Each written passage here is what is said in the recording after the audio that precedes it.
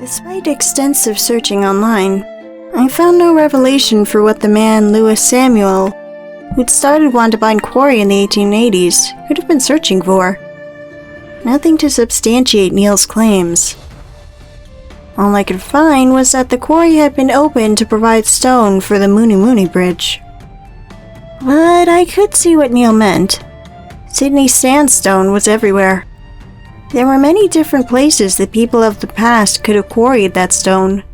Why do it at Wandabine when there were far more accessible places to mine? But the name Samuel rang a bell.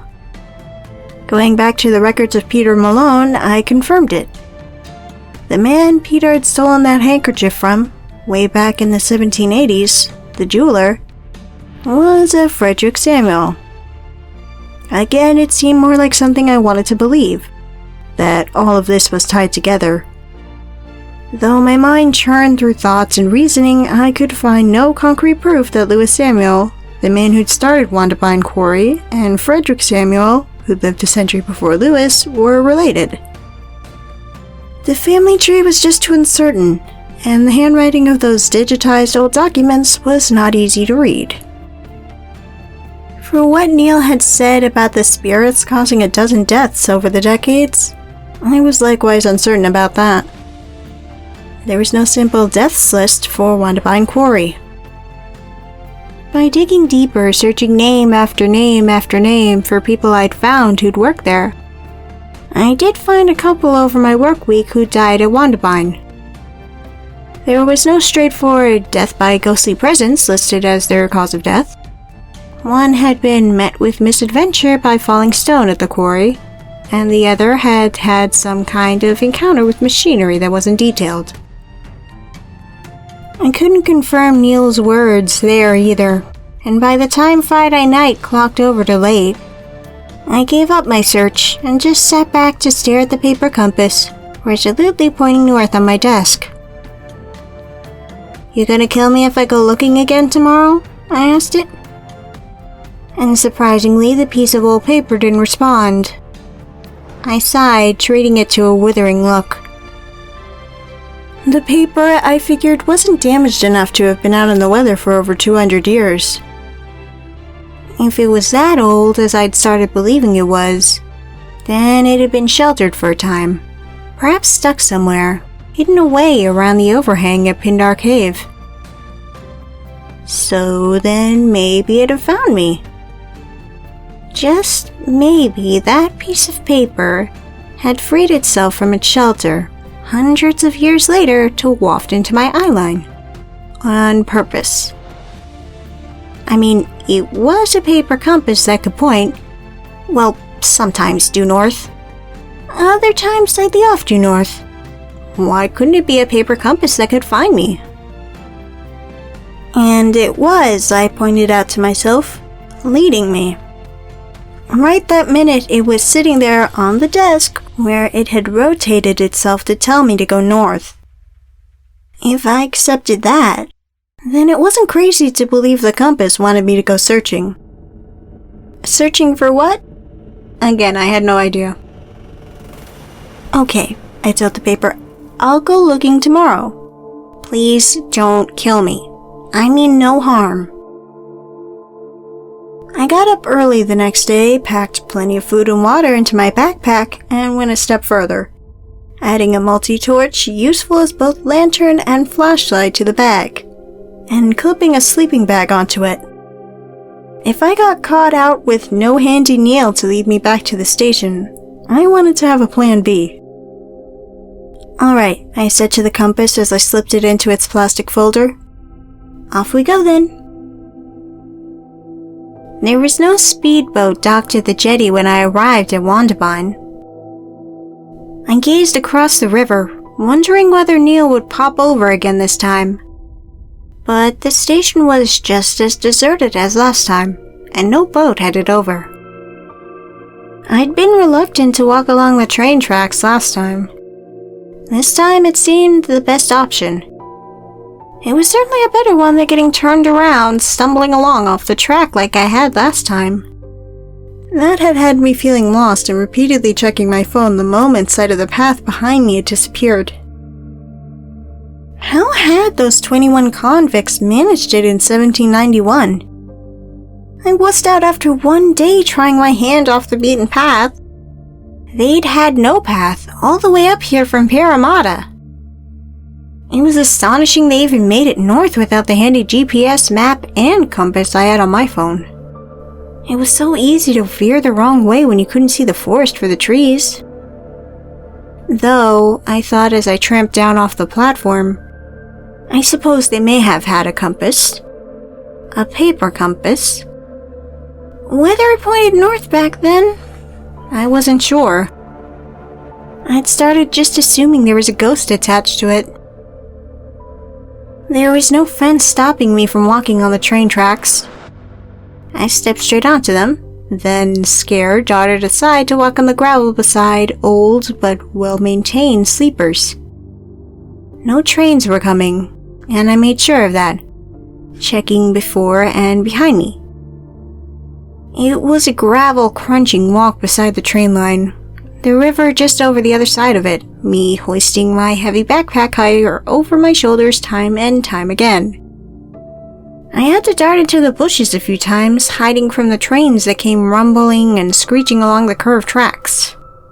But every one of those times I missed the trains easily, watching them zoop past from safe vantage. The spring morning smell and the clear light, the easy trek north, it had my mind drifting. I found myself humming, then whistling, then finding lyrics, singing, "Will ye go, lassie, go, and we'll all go together to pluck wild mountain thyme all around the blooming heather. Will ye go, lassie, go?" It was a song I hadn't thought of for more than years. My own parents had sung me the regular suite of lullabies. My grandmother, though, rest her soul, had sung me folk tunes it seemed had stuck with me. Surrounded by nothing more than the river, train tracks, and bush to hear, I sang it loud and clear. I was searching for what I thought was a mystery left by Irish travelers to China after all. An Irish song seemed appropriate. Still humming, I made it to the other side of a causeway, then got off the tracks to avoid a train I could just hear coming in the distance. Setting up the compass, I waited for it to turn. The past 2 times I checked it, it had continued to point north-northeast. This time when the needle stopped, I thought it was more north than that. Instead of pointing in the general direction of the tracks, it was now pointing straight at a steep and rocky hill. The train line was still mostly leading me in that direction, though, and I didn't want to climb that hill. I stepped back out onto the tracks and followed them to the start of another causeway that sent the tracks curving off to the right, over the mouth of an inlet. Popping off the thoroughfare again, I checked the compass. Due north. That meant leaving the train tracks. But due north would probably mean the other side of the inlet. Checking no train was coming, I darted out onto the tracks again and hurried onto the narrow causeway. It seemed the best way to cross to the other side. Living in Sydney, I hadn't often taken the train further north than Wandabine. If I had, I might have noticed an old shack, painted blue, sitting on the north bank of that inlet. It would be visible from the train as it passed over the causeway, because standing on the causeway I could see it. And that shack was due north from the last place I checked the compass. A landmark to head towards now, I got to the other side of the causeway and found a reasonably well-trodden track that led in the right direction off it. The track made me wonder whether anyone still lived there. The condition of the blue shack and the one I spotted on the other side of the inlet, in green and rust corrugated metal, suggested they'd both been abandoned for a good while, as did the detritus that started to litter the ground around me. Some of that further away I thought were actually other shacks long since collapsed. Around my feet appeared ruptured plastic bottles, rusted boxes, and sections of unspecified white goods or machinery parts. What looked like a badly decayed old fridge, a crumbling bathtub and broken toilet, and curiously, a discarded lawnmower. The rest of it I could see as stuff someone living out here would find useful. Why anyone would have lugged, presumably by foot and along train tracks, a lawnmower up here, when there was no lawn to be seen in the wild bush of a national park, was a mystery. How anyone could have gotten anything up here, let alone a bathtub, was its own mystery. As far as I was aware, the way I'd come was the only way to get here. You couldn't even bring a boat up the inlet. The causeway blocked it off from the river. I didn't see or hear anyone else in the shacks or around them. And the closer I got to the blue house, the more I was sure it was unoccupied. Built into a slope, it was half propped up on haphazard stone pillars. Its fiberboard and corrugated steel construction looked to have proved sturdier than the other shacks in the area, seeing as the place was still standing, but it was visibly falling apart. Parts of the siding had broken or rotted off. Sheets of corrugated metal, unconnected to the structure, were laying around the place. There wasn't a window I could see that wasn't broken, and rather than a door, someone had just leaned another piece of corrugated metal up against where one had been. Temporarily forgetting my quest, I walked around the outside of the building, curious. Who would choose to build a house out here without even boat access? And that was my first question. My second was that decayed fiberboard asbestos? The house looked old enough for it, and it looked very much self-constructed. I doubt the government will let anyone build out here now, so I figured the place must be a good many decades old. The asbestos and how unstable the place looked gave me pause, but eventually my curiosity won out against fear. I took the concrete steps up to the side of the house, set my bag down beside the door, and got a handhold on the corrugated metal covering it. It wasn't the easiest thing to shift, but with some embarrassingly girly squeals and one spider, I managed to get it out of the way. The interior of the shack looked like it would long ago have been rather a pretty little home. The room I was peeking into had once been a kitchen. Walls painted eggshell blue like the outside. The roof above was held up with bare, rough-hewn beams. Cabinets, counters, and shelves were built against the walls, and a small old fridge was left in one corner. It had been abandoned for long enough for some of the bush in the form of creepers to have grown in through the windows, adding a whimsical flair to the holes in the walls and the bits that had fallen apart. Beyond the kitchen was the living room, a couch. A couch that would have been hard to carry up here left in it. I debated it for a moment, then found enough daring to step up onto the thin floorboards. They creaked worryingly, but held. Going very cautiously and skirting a hole I found in the floor, I trod further in. The house had a couple of bedrooms, a bathroom that was now far from functional, and the two main rooms. From the grungy mattresses, the sheets pinned over doorways, and the few piles of rubbish in corners, I figured the place had since been used to either camp or squat in. As for the people who'd built the place, all I found were a couple of service medals from, I think, World War II, that had been left behind and untouched in a dusty and cobwebby corner of a built-in cabinet. The presence of the medals made me think the house served for them, as maybe less of a summertime cottage and more of the only affordable way to house their family. I went back to my bag, pulled out the compass, and set it up on the top concrete step outside. I'd braced myself against the wash of weird tears I often got when the compass turned. The sad little house, a relic of what rather seemed to me a loving family, had me thinking I'd be a little more emotional than usual when the chill ran down my spine. I was right. But it wasn't just the tears and chill as the compass started its rotating. Though there was no breeze, the corrugated metal sheet that had been used as a door that I propped up to the side started to move. One knock, then another, and another after that.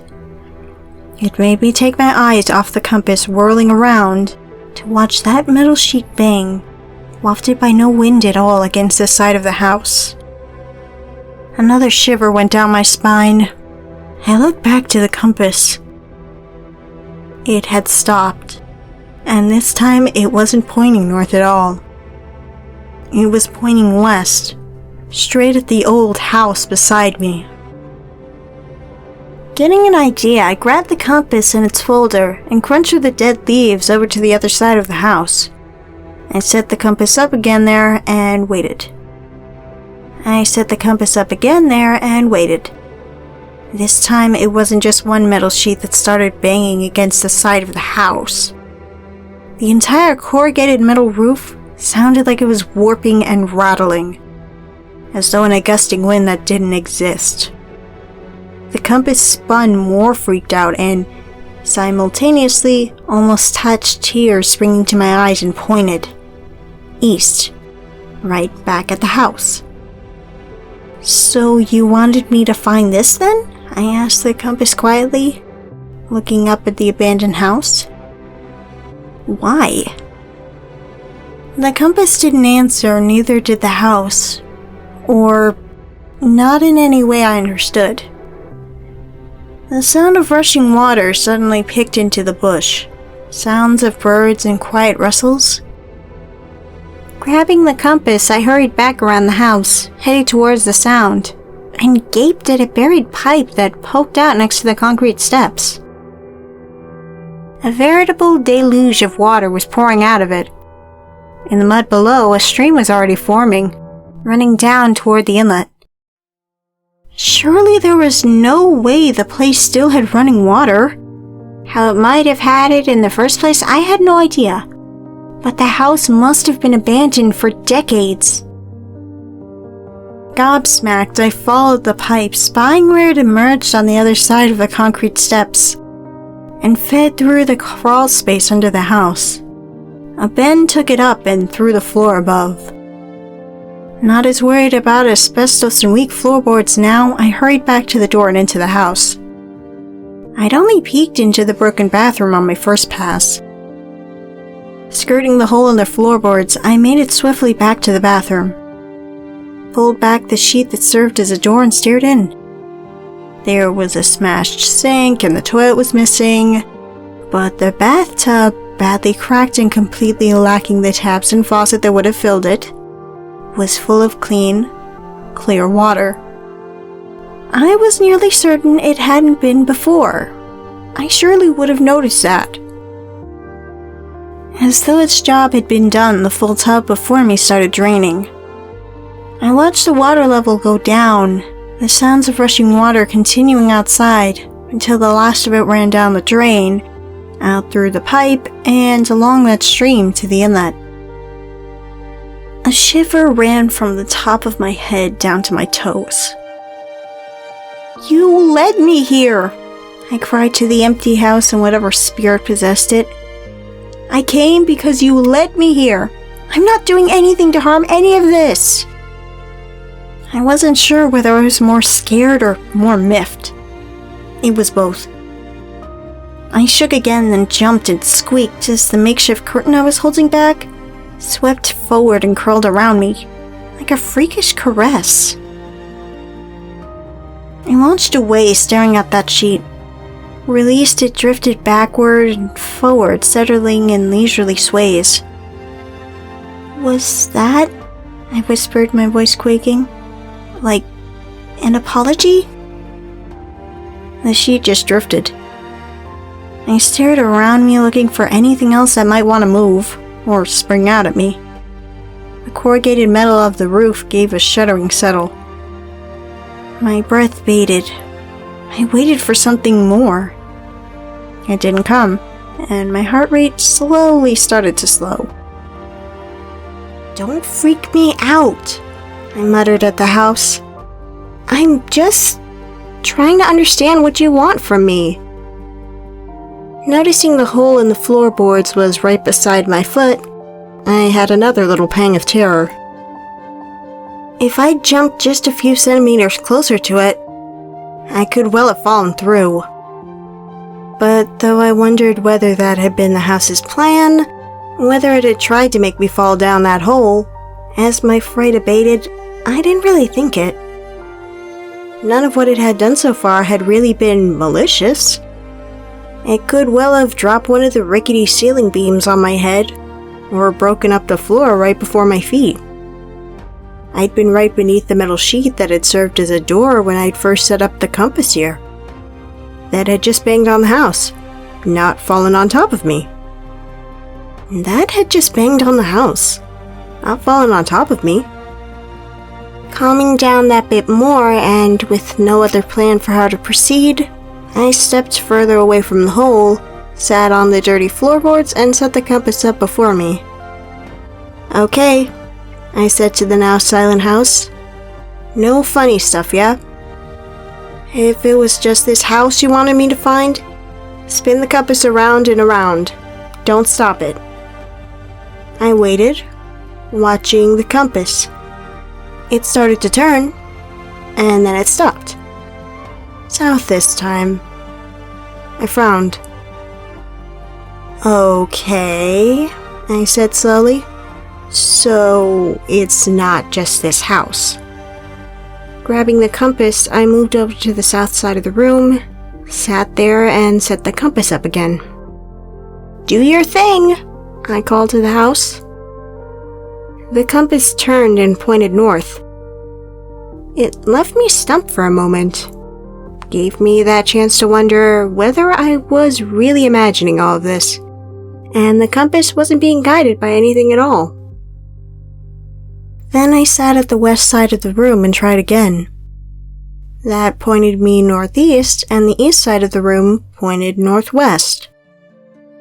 Getting the idea, I edged closer to the intersection of all those directions and tried it there. Then, when it still pointed north, set it up closer to the hole. The compass started spinning and didn't stop. "Ah!" I exclaimed triumphant. "It's here!" My triumph faded quickly. Where was here? This spot on the floor was a great deal of nothing.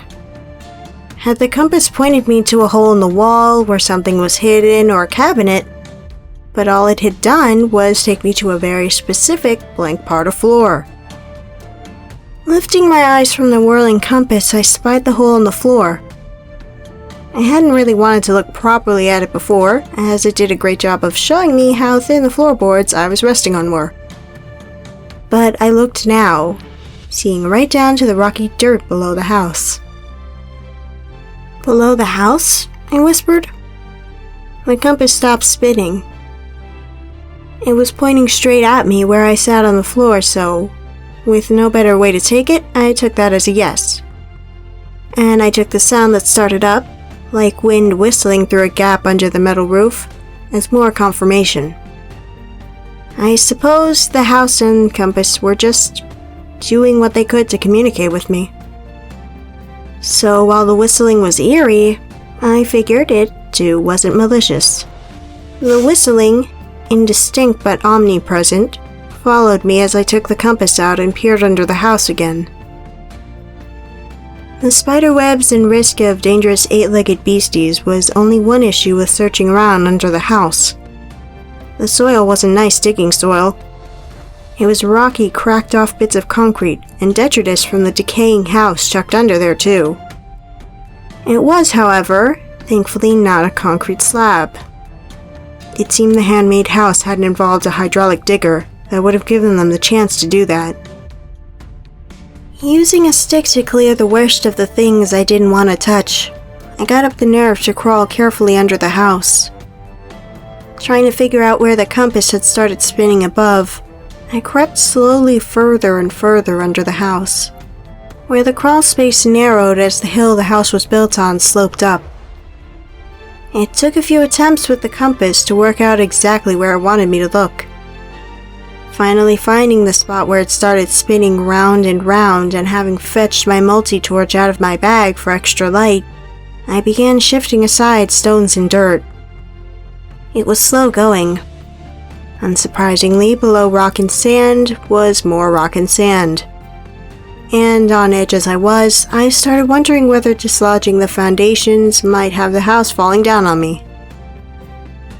I didn't know when it changed, but when I took a breather, nursing hands that were starting to feel rubbed raw, I heard the ongoing whistling as less like one made by the wind through a gap, and more like the whistle of a person.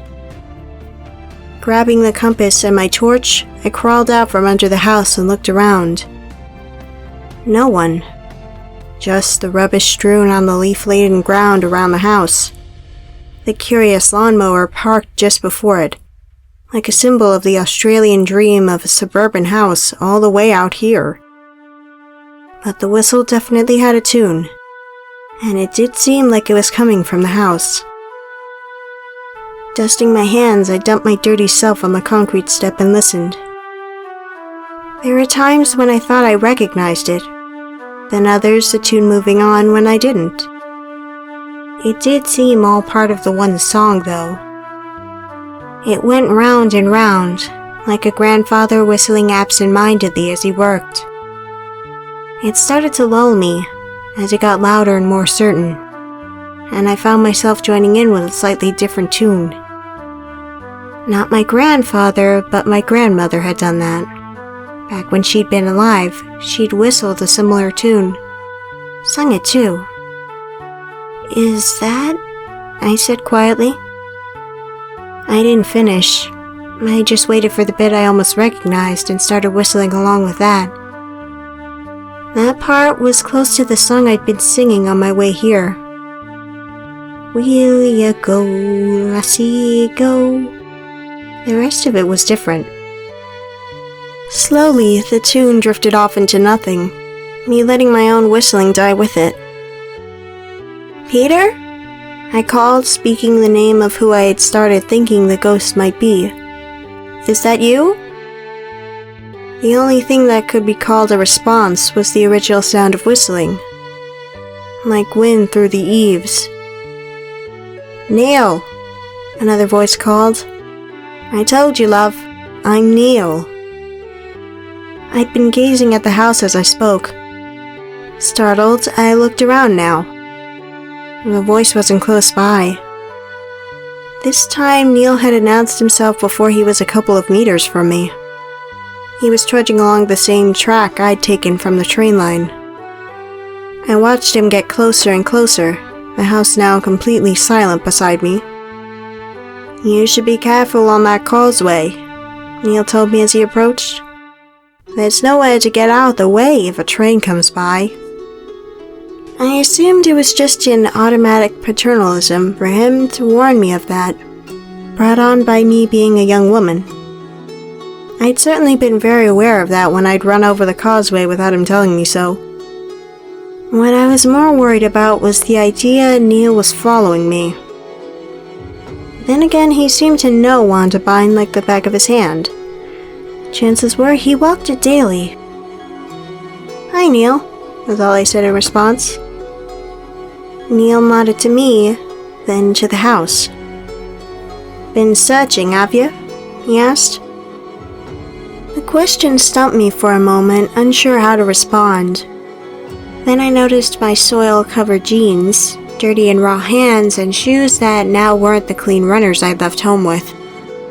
"Exploring," I said, as Neil stopped near the bottom of the concrete steps. "Thought I'd take a break here." Why exactly I didn't want him to know what I was doing, I wasn't sure. Probably just because of the whole ghost thing. But my half-lie was in a way revealed as Neil's gaze landed on the paper compass. It tucked safely inside its clear plastic folder. Seeing the way he looked at it, I got the sudden sense he knew more about it all than he was letting on. I eyed the compass too, wondering how casually I could grab it up and put it away out of sight in my backpack. It wasn't currently pointing in any telling direction. It didn't tend to, I'd noticed, when it was trapped inside the folder. All of a sudden, I was very glad I hadn't been digging away under the house when Neil had spotted me. I wondered briefly whether the house had changed its whistling for that very reason, to lure me out from under it so the compass's secret wouldn't be any further revealed. "Used to be a nice old house," Neil said, having lifted his gaze from the compass. He indicated the derelict egg blue shack. I glanced at it, then back to Neil. "Did you know the people who lived here?" I asked curiously. Neil took a moment to answer. He nodded thoughtfully. "I'm not that old, love," he told me so dryly I wasn't sure there was humor in the words. "They were before my time. The people I knew here only used it as a weekend cottage." "Oh." "Family name then was Combs," Neil went on. "You can add that to your search. I don't know what the earlier name was, but it wasn't that." This time I wasn't sure whether Neil's words were friendly or derisive. He didn't leave me hanging, unsure how to respond though. "Know the story of that then?" he asked, his nod indicating this time the paper compass. I chewed my lip for a few seconds. But then what was the harm really in recounting the story a lot of people already knew? So I relayed the tale of the travelers to China. Neil nodded right the way through my tale, as though he'd heard it all before. When I finished telling the part about how a few of the travelers had died, however, he gave one shake of his head. "The Aborigines didn't kill them," he said, using an outdated term for indigenous people that carries a lot of stigma. Neil's piercing blue eyes were boring into me, though. He didn't seem the sort of person who'd take correction well. "Why would they?" he went on. "What's 20 unarmed men gonna do to them?" He'd neatly forgotten the one pregnant woman. But to be fair, she probably wouldn't have been seen as too much of a threat back then. "How do you think they died, then?" I asked, hesitant. "Accident," Neil grunted. "Ate something they shouldn't." Offhandedly, he added, "Killed each other." "Why would they do that?" A flash of a smile, the first I'd seen the man produce, passed over Neil's face. "Maybe one of them had it better than the others," he said. "Desperation does terrible things to a man." That made me think it had been Mary they'd fought over, and that idea made me sick. It seemed to upset the house, too. Even Neil jumped this time as the old lawnmower right next to him seemed to rev. We both stared at it. Though the pull cord was no longer existent, it gave another sound like someone had tried to start the rusted-out petrol engine. This time the thing choked to life. And this time I didn't find it as frightening as Neil seemed to. Somehow I knew it wasn't me the house was angry with. And I was safe sitting on the concrete steps. If that thing still had blades and started to go after him, Neil was the one in trouble. Neil straightened his shoulders, found his cool again, gave me another nod, then turned and just carried on his path, moving away from the blue house and the mutinous lawnmower. "Hang on!" yelling over the sound of a petrol engine that shouldn't still be operational. Neil slowed to a stop and turned back around. He questioned me with a look, then his gaze darted to the lawnmower. "You said," I went on determinedly, "the spirit didn't like people searching too close." Neil considered his answer, his eyes darting back again and again to keep an eye on the lawnmower, then said cryptically, "I think you can guess that one as well as I can, lass." "But," I paused, considering. I was pretty sure, however, that Neil knew about as much as I did, if not more. All the same, I gestured to the abandoned and tumble-down shacks near the inlet when I continued. Then why didn't it hurt all the people who lived here? Neil's piercing blue stare had met and kept mine. "Who says it didn't?" he asked, then added the lawnmower giving a particularly loud rev. Maybe it didn't mind some of them finding what they searched for. And that was all he would say in answer to my question.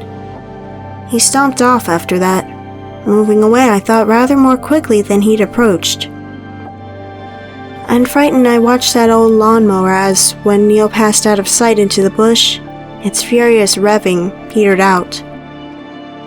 It definitely did seem like the house didn't mind me being here. Neil, however, it didn't much like.